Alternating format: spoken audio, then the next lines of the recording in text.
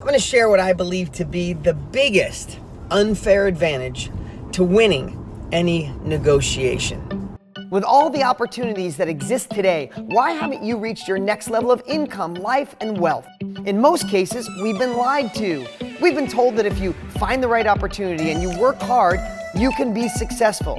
And that's simply not true.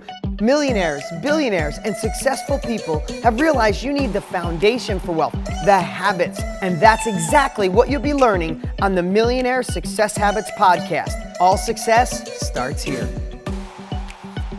So when it comes to negotiating, a lot of people ask me that, Dean, you negotiate so well. Or if I close a deal, someone say, well, you did all that and there was no yelling, there was no one upset, everybody left the table feeling happy. And that's a great byproduct. To let everybody leave a negotiating table feeling like they won, that's a major win. But negotiating's everywhere.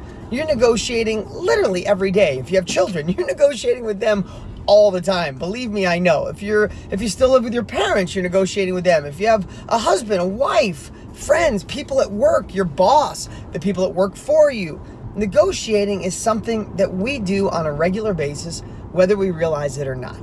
So why not get good at it? And here's the thing. There's a lot of persuasive techniques and strategies to negotiate to win. But I want to tell you, I never knew any of those. And I would bet to say I'm one of the best negotiators I know. Now, I'm not saying that to pat myself on the back. Believe me, I know there's a million areas of life that I suck at. That's just absolutely true. And we all got to realize we all are going to suck at a lot of things. You only need to be good at one or two to transform your entire life. And that's a true story. I know that from experience. But let's get back to negotiating. You see, what most people do, and maybe you do, and maybe I know I've done it in the past, is when we're getting ready to walk into the boardroom, that's an extreme, right? Walk into the boardroom to negotiate, becoming a partner, or the raise, or going to the next level, or evolving, or you're walking into form a partnership, or you're negotiating a deal on a house, whether you're buying it or selling it, or negotiating a car, anything. What we do is we rehearse in our mind what we want to say. You see, we want the person on the other side of the negotiation to understand us, right? We want them to know that, man, this is why we should be partners. This is why you should lend me the money. This is why you should sell me the house at this price. This is why you should buy this from me. We rehearse in our head, but I think our rehearsing is flawed.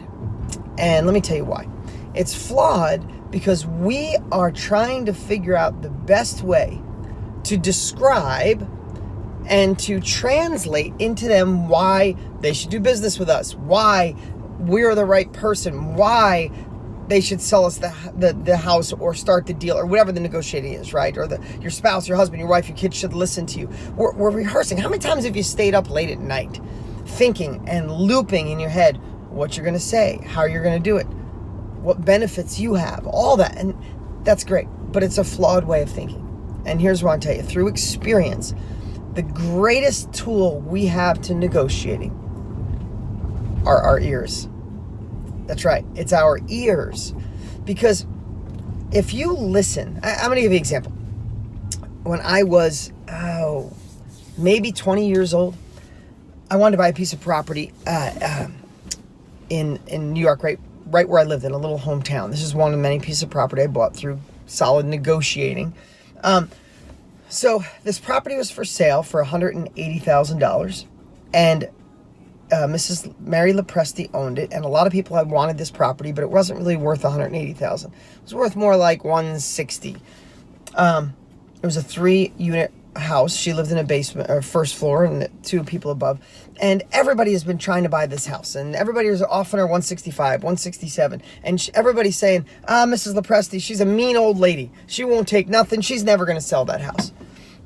And I thought to myself, now this is before, now that I'm a teacher, I want to look back and see, why do I win? Why did I win certain areas, right? I'm dissecting unique processes in my life. What I realized, and whether I was born with it or not, it's teachable. And everybody I teach who uses this, their life changes. So if you're here at the podcast, you want this tool. Is I went and saw Mrs. Lepresti, and I shut my mouth and I opened my ears. And this may be one of the first times I realized the power of listening. Because if you ask a few strategic questions and shut your mouth, then the person on the other side will tell you everything you need to know to close that deal. Mary Lopresti, what I found by just listening with a few questions, I realized that, and I knew, but her husband had died the year prior. And he said, when you sell this house, you have to get $180,000 for it, and that's it. Don't take a dime less. So that was anchored in her head. She wasn't a mean old lady. She was listening to her husband who had passed away.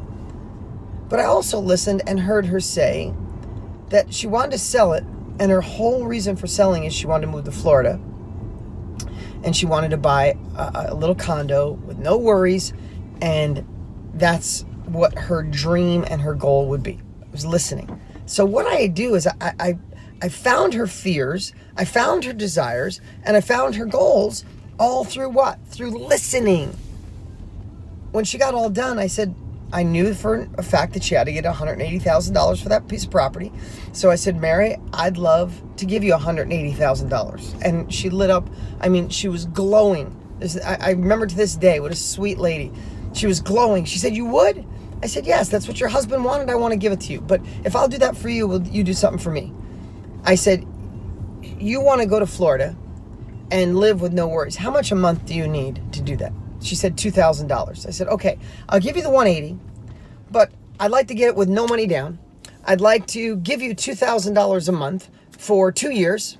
I'll buy it on contract, do a lease option, or you can hold the paper on it, but I'll give you $2,000 a month for 2 years. And at the end of that, I'll pay you the balloon balance of what's left. But no down payment. You pay the insurance on the house. Yeah, we were gonna leave it in her house. You pay the insurance on it. And 0 interest. Now, if you know what it's like to go into a house with no money down, no interest, someone else paying the insurance and I think maybe even the taxes.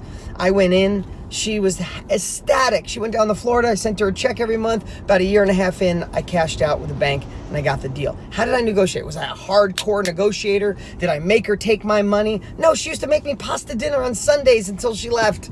We became great friends, but I look back at every negotiation that I've won in my life. It wasn't through brute force. It wasn't through power. It wasn't through over-explaining myself. What it was is me listening to what people want, listening to their fears, listening to their desires, listening to their goals, and then compute it and translate it in your head and see if you can make that a win for everybody.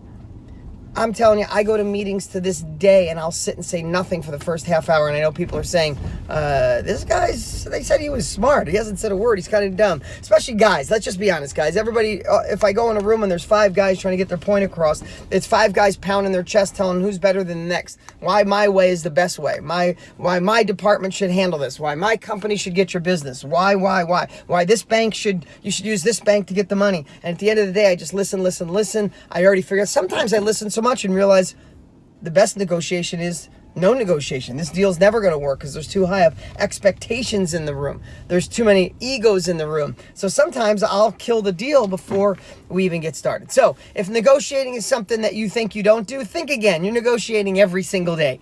And if you're going to negotiate at an elite level where you get the deals done, then start using your ears more than their mouth. Remember, people will say yes to you when they feel understood, not when they understand you. Understand their fears, understand their desires, understand their goals. If you can wrap that into the deal, letting them feel like, wow, this person gets me on the other side of the table, you'll close it. Listen, if you liked the video, make sure you click subscribe right now so you never miss an episode. And while you're there, click the notification bell so you'll know when the next one goes live. You can always follow us on Instagram, and if you don't already have Millionaire Success Habits, you can grab it for free at deansfreebook.com. Remember, all success starts here.